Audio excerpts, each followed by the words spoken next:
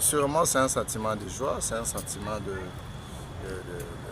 d'allégresse parce qu'à fin de compte, ici on voit quand même pour la toute première fois l'asphalte depuis l'époque belge, depuis ce que le Belge a laissé.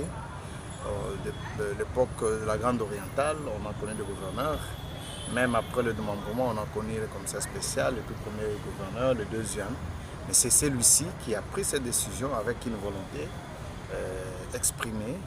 Nous avons vu les débuts de travaux d'asphalte.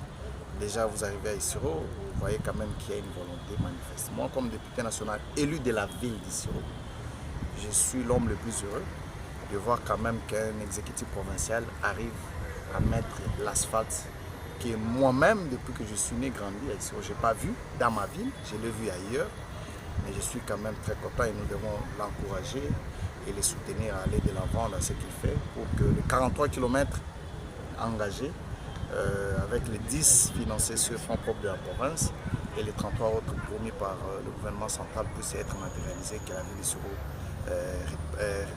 récupère donc voie ces goudrons dans les quartiers, dans les avenues, de faire fond selon le plan urbanistique par les architectes qui font les travaux d'asphalte. Voilà.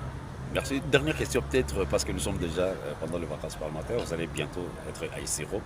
Un message à la population, surtout pendant que... Nous demandons à la population d'être calme, sereine, soutenir les œuvres de l'exécutif provincial.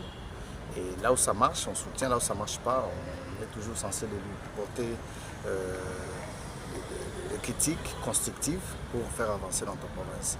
Et nous sommes là, nous allons descendre, nous ne sommes pas encore descendus ici, nous irons pour écouter aussi les requêtes pour les amener à la session de septembre. Voilà. Nous remercions. Merci.